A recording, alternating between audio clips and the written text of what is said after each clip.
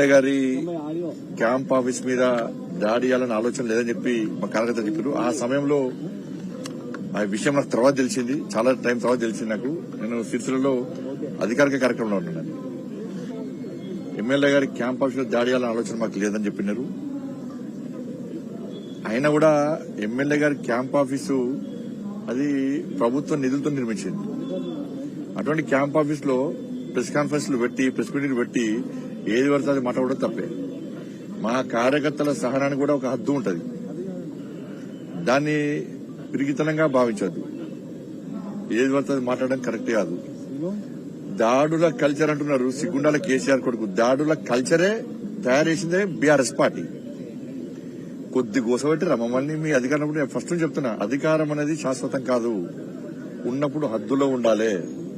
మితిమీరి అహంకారంతో వ్యవహరించద్దు, రాచరికంతో వ్యవహరించద్దు.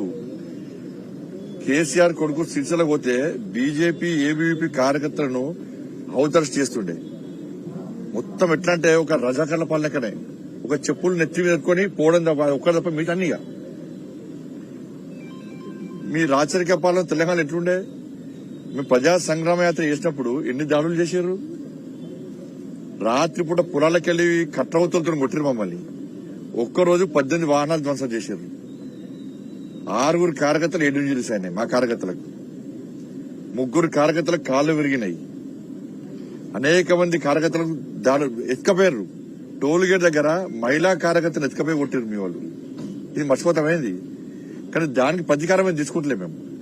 కానీ ఇవాళ మీరు ఏదో అన్నారు. అప్పుడు మేము ఎమ్మెల్యేను ఉసుకో అన్నగా మీ ఎమ్మెల్యేను మా మీదకి మా కార్యకర్తలు దమ్మని తెలిసింది. అది వాళ్ళ దాన్ని మేము సమర్థిస్తలేము. కానీ దాని సహనానికి ఒక హద్దు ఉంటుంది. మా వాళ్ళ సహనానికి కూడా ఏది పడుతుంది మాట్లాడము, ఏది పడుతుంది వాగడము, ఇష్టానుసారంగా మాట్లాడము. ఇవాళ నీతివంతులు లెక్క ఇక స్టేట్మెంట్లు దాడులు మామూలు చేసినప్పుడు ఏడవేరు తలకాల రోడ్డు అమ్మాయి కార్యకర్తలది. మహిళా కార్యకర్తలను కొట్టిరు సిగ్గుండాల కొంచెమన్నా.